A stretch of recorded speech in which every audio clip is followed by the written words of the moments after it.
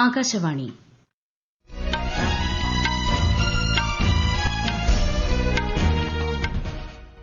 നമസ്കാരം. വാർത്തകൾ വായിക്കുന്നത് സോഫിയ ഡാനിയൽ.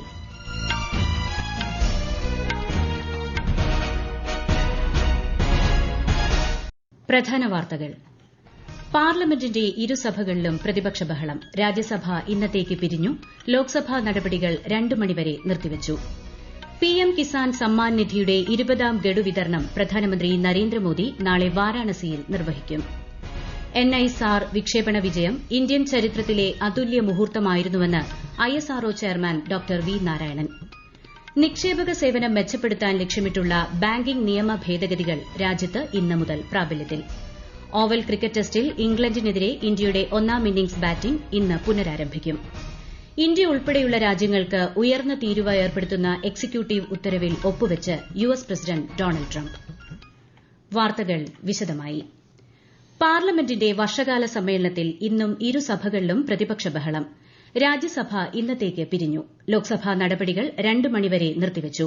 ലോക്സഭയിൽ രാവിലെ സമ്മേളന നടപടികൾ ആരംഭിച്ചപ്പോൾ ചോദ്യോത്തരവേളയിലേക്ക് കടക്കാൻ സ്പീക്കർ ഓം ബിർള ശ്രമിച്ചെങ്കിലും പ്രതിപക്ഷ ബഹളം തുടങ്ങി.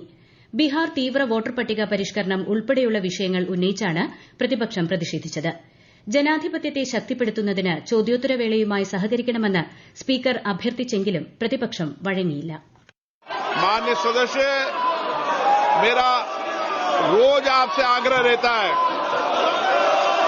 कि आप सदन की कार्रवाई को चलने दें, माननीय सदस्यों के प्रश्नकाल के समय प्रश्न उठाने दें, लोगों की अपेक्षाएं आकांक्षाएं उनको पूरा होने दें, देश को आगे बढ़ाने में अपना योगदान दें और देश में जो परिवर्तन हो रहे हैं उसके बारे में भी अपनी बात को कहें. नारेबाजी करने से, तकिया लहराने से आप जनता की अभिव्यक्ति नहीं कर रहे हैं. രാജ്യസഭയിലും സമാനമായ പ്രതിഷേധമാണ് നടന്നത്. അടിയന്തര ചർച്ച ആവശ്യപ്പെട്ട് പ്രതിപക്ഷം നൽകിയ 30 നോട്ടീസുകൾ രാജ്യസഭാ ഉപാധ്യക്ഷൻ ഹരിവംശ് തള്ളി. ആദ്യം 12 മണിവരെ നിർത്തിവച്ച സഭ പിന്നീട് ഇന്നത്തേക്ക് പിരിയുകയായിരുന്നു. പിഎം കിസാൻ സമ്മാൻ നിധിയുടെ 20ാം ഗഡു വിതരണം പ്രധാനമന്ത്രി നരേന്ദ്രമോദി നാളെ വാരാണസിയിൽ നിർവഹിക്കും. 9.7 കോടി കർഷകരുടെ ബാങ്ക് അക്കൌണ്ടുകളിലേക്ക് 20,500 കോടിയിലേറെ രൂപയാണ് ഇതിലൂടെ കൈമാറുക. 2,200 കോടി രൂപയുടെ വികസന പദ്ധതികൾക്കും പ്രധാനമന്ത്രി നാളെ തുടക്കം കുറിക്കും. റോഡ് വികസന പദ്ധതികൾ, റെയിൽ പദ്ധതികൾ എന്നിവയുടെ ഉദ്ഘാടനത്തിനു പുറമെ 880 കോടി രൂപയുടെ ഊർജ്ജ വിതരണ പദ്ധതിയുടെ ശിലാസ്ഥാപനവും ഇതിൽ ഉൾപ്പെടുന്നു. ജൽജീവൻ ദൌത്യത്തിലൂടെ ആവിഷ്കരിച്ച 47 ഗ്രാമീണ കുടിവെള്ള പദ്ധതികളുടെ ഉദ്ഘാടനവും ശ്രീ മോദി നാളെ വാരാണസിയിൽ നിർവഹിക്കും.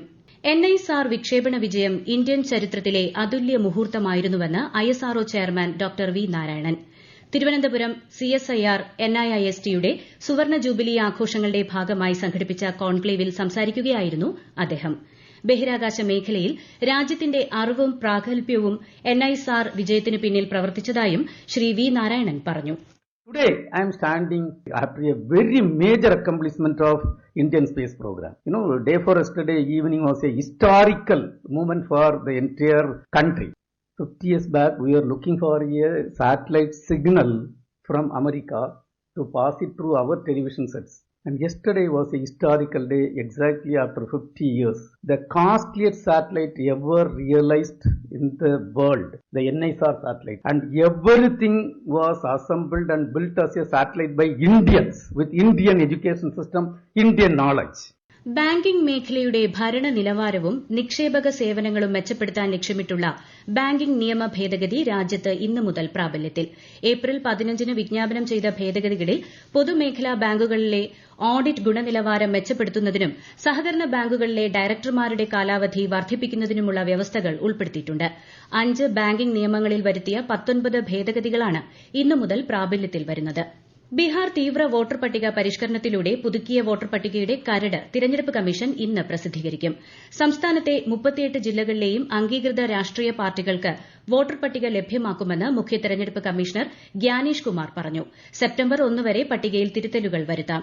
പരാതികൾ പരിഹരിച്ച ശേഷം അന്തിമ വോട്ടർ പട്ടിക അടുത്ത മാസം 30-നാണ് പ്രസിദ്ധീകരിക്കുക. ബീഹാർ നിയമസഭാ തെരഞ്ഞെടുപ്പിന് മുന്നോടിയായാണ് നടപടി. സ്വാതന്ത്ര്യദിന പ്രസംഗത്തിനായി ആശയങ്ങൾ പങ്കിടാൻ രാജ്യത്തെ ജനങ്ങളെ ക്ഷണിച്ച് പ്രധാനമന്ത്രി നരേന്ദ്രമോദി.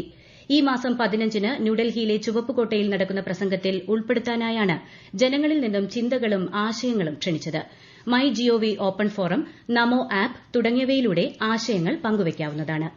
ഈ വാർത്തകൾ ആകാശവാണിയിൽ നിന്ന്. ആകാശവാണി വാർത്തകളും വാർത്താധിഷ്ഠിത പരിപാടികളും all India radio news Thiruvananthapuram YouTube ചാനലിലും all India radio news Thiruvananthapuram Facebook പേജിലും AR News_ തിരുവനന്തപുരം ഇൻസ്റ്റഗ്രാം അക്കൌണ്ടിലും AR News_TVM X ഹാൻഡിലും ലഭ്യമാണ്. സംസ്ഥാനത്തെ ഡിജിറ്റൽ സാങ്കേതിക സർവകലാശാലകളിൽ താൽക്കാലിക വൈസ് ചാൻസലർമാരെ നിയമിച്ച് ഗവർണർ രാജേന്ദ്ര വിശ്വനാഥ് ആർലേക്കർ. സിസ തോമസിനെ ഡിജിറ്റൽ സർവകലാശാല വിസിയായും കെ ശിവപ്രസാദിനെ സാങ്കേതിക സർവകലാശാല വിസിയായും വീണ്ടും നിയമിച്ചുകൊണ്ട് രാജ്ഭവൻ വിജ്ഞാപനം പുറത്തിറക്കി. 6 മാസമാണ് താൽക്കാലിക വിസിമാരുടെ കാലാവധി. സർക്കാർ നൽകിയ പാനൽ ഒഴിവാക്കിയാണ് ഗവർണറുടെ നടപടി. അറസ്റ്റിലായ കന്യാസ്ത്രീകൾക്ക് ജാമ്യം നൽകുന്നതിനെ ഛത്തീസ്ഗഡ് സർക്കാരും പോലീസും എതിർക്കില്ലെന്ന് പ്രധാനമന്ത്രിയും ആഭ്യന്തരമന്ത്രിയും ഉറപ്പ് നൽകിയിട്ടുണ്ടെന്ന് ബിജെപി സംസ്ഥാന അധ്യക്ഷൻ രാജീവ് ചന്ദ്രശേഖർ. തൃശൂർ അതിരൂപത ആസ്ഥാനത്ത് സിബിസിഐ അധ്യക്ഷൻ മാർ ആൻഡ്രൂസ് താഴത്തിനെ സന്ദർശിച്ച ശേഷം മാധ്യമങ്ങളോട് സംസാരിക്കുകയായിരുന്നു അദ്ദേഹം. രാജ്യത്ത് ക്രൈസ്തവർക്ക് മതിയായ സംരക്ഷണം ഉറപ്പാക്കണമെന്നാവശ്യപ്പെട്ടതായി മാർ ആൻഡ്രൂസ് താഴത്ത് പറഞ്ഞു. 17,000 കോടി രൂപയുടെ വായ്പാ തട്ടിപ്പ് കേസിൽ പ്രമുഖ വ്യവസായി അനിൽ അംബാനിയെ എൻഫോഴ്സ്മെന്റ് ഡയറക്ടറേറ്റ് ചോദ്യം ചെയ്യലിന് വിളിപ്പിച്ചു. ഡൽഹിയിലെ ഇഡി ആസ്ഥാനത്ത് ഈ മാസം 5-നാണ് ഹാജരാകേണ്ടത്. അനിൽ അംബാനിയുടെ മുംബൈയിലെയും ഡൽഹിയിലെയും വിവിധ സ്ഥാപനങ്ങളിൽ കഴിഞ്ഞ ആഴ്ച എൻഫോഴ്സ്മെന്റ് ഡയറക്ടറേറ്റ് റെയ്ഡ് നടത്തിയിരുന്നു. യെസ് ബാങ്കുമായി ബന്ധപ്പെട്ട വായ്പാ തട്ടിപ്പ് കേസിലാണ് നടപടി. ഇന്ത്യ ഇംഗ്ലണ്ട് 5ാം ക്രിക്കറ്റ് ടെസ്റ്റിന്റെ ആദ്യ ദിനം ഇന്ത്യ 6 വിക്കറ്റിന് 204 റൺസ് എന്ന നിലയിൽ. കരുൺ നായരുടെ അർദ്ധ സെഞ്ചുറിയാണ് ബാറ്റിംഗ് തകർച്ച നേരിട്ട ഇന്ത്യയ്ക്ക് തുണയായത്. 19 റൺസുമായി വാഷിംഗ്ടൺ സുന്ദറാണ് കരുണിനൊപ്പം ക്രീസിൽ. 5 മത്സരങ്ങളുള്ള പരമ്പരയിൽ ഇംഗ്ലണ്ട് 2-1 മുന്നിലാണ്. മഴ കളിയെ ബാധിക്കുമോ എന്ന ആശങ്ക നിലനിൽക്കെയാണ് മത്സരം ഇന്ന് 2ാം ദിനത്തിലേക്ക് കടക്കുന്നത്.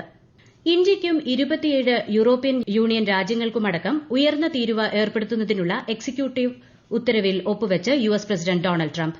ഈ മാസം 7 മുതലാണ് അധിക തീരുവ നിലവിൽ വരിക. അമേരിക്കയുടെ താൽപര്യങ്ങൾ സംരക്ഷിക്കാനും നീതിരഹിതമായ വ്യാപാര രീതികൾ പരിഹരിക്കുന്നതിനുള്ള നടപടി എന്നാണ് ട്രംപ് തീരുമാനത്തെ വിശേഷിപ്പിക്കുന്നത്.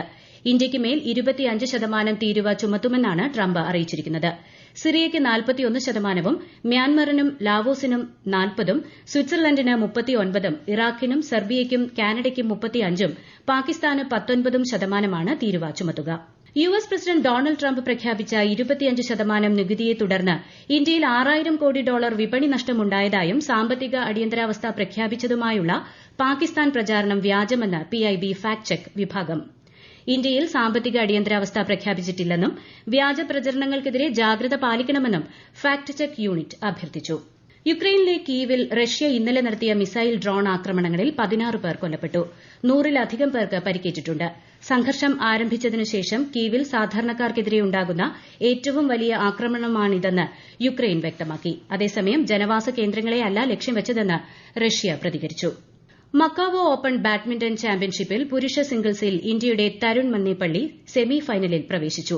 ക്വാർട്ടർ ഫൈനൽ മത്സരത്തിൽ ചൈനീസ് താരത്തെ 1-2 ഗെയിമുകൾക്ക് പരാജയപ്പെടുത്തിയാണ് തരുൺ അവസാന 4-ൽ ഇടം പിടിച്ചത്. ഇന്ത്യയുടെ ലക്ഷ്യ സെന്നും ചൈനയുടെ സു സുവാൻ ചെന്നും തമ്മിലുള്ള ക്വാർട്ടർ ഫൈനൽ മത്സരം പുരോഗമിക്കുകയാണ്. രാജ്യത്തെ ഓഹരി വിപണികളിൽ നഷ്ടം. സെൻസെക്സ് 329 പോയിന്റ് താഴ്ന്ന് 80,555-ലും നിഫ്റ്റി 126 പോയിന്റ് നഷ്ടത്തിൽ 24,641-ലും വ്യാപാരം തുടരുന്നു. സ്വർണ്ണവില കുറഞ്ഞു. സ്വർണ്ണം ഗ്രാമിന് 20 രൂപ താഴ്ന്ന് 9,150 രൂപയും പവന് 160 രൂപ കുറഞ്ഞ് 73,200 രൂപയുമാണ് ഇന്നത്തെ വില. നാളെയും ഈ മാസം 9, 16 തീയതികളിലും രാഷ്ട്രപതി ഭവന് മുന്നിൽ ചേഞ്ച് ഓഫ് ഗാർഡ് ചടങ്ങുകൾ ഉണ്ടായിരിക്കില്ലെന്ന് രാഷ്ട്രപതി കാര്യാലയം അറിയിച്ചു. സ്വാതന്ത്ര്യദിനാഘോഷങ്ങളുടെ ഭാഗമായ ചടങ്ങുകളുടെ റിഹേഴ്സൽ നടക്കുന്നതിനാലാണ് ഇത്. പ്രധാന വാർത്തകൾ വീണ്ടും. പാർലമെന്റിന്റെ ഇരുസഭകളിലും പ്രതിപക്ഷ ബഹളം. രാജ്യസഭ ഇന്നത്തേക്ക് പിരിഞ്ഞു. ലോക്സഭാ നടപടികൾ 2 മണിവരെ നിർത്തിവച്ചു. PM കിസാൻ സമ്മാൻ നിധിയുടെ 20ാം ഗഡു വിതരണം പ്രധാനമന്ത്രി നരേന്ദ്രമോദി നാളെ വാരാണസിയിൽ നിർവഹിക്കും.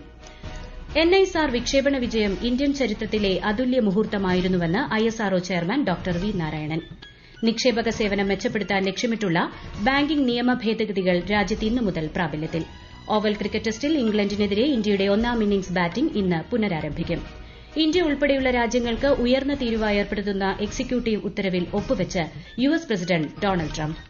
വാർത്തകൾ കഴിഞ്ഞു. അടുത്ത വാർത്താ പ്രക്ഷേപണം വൈകിട്ട് 6:30-ന്.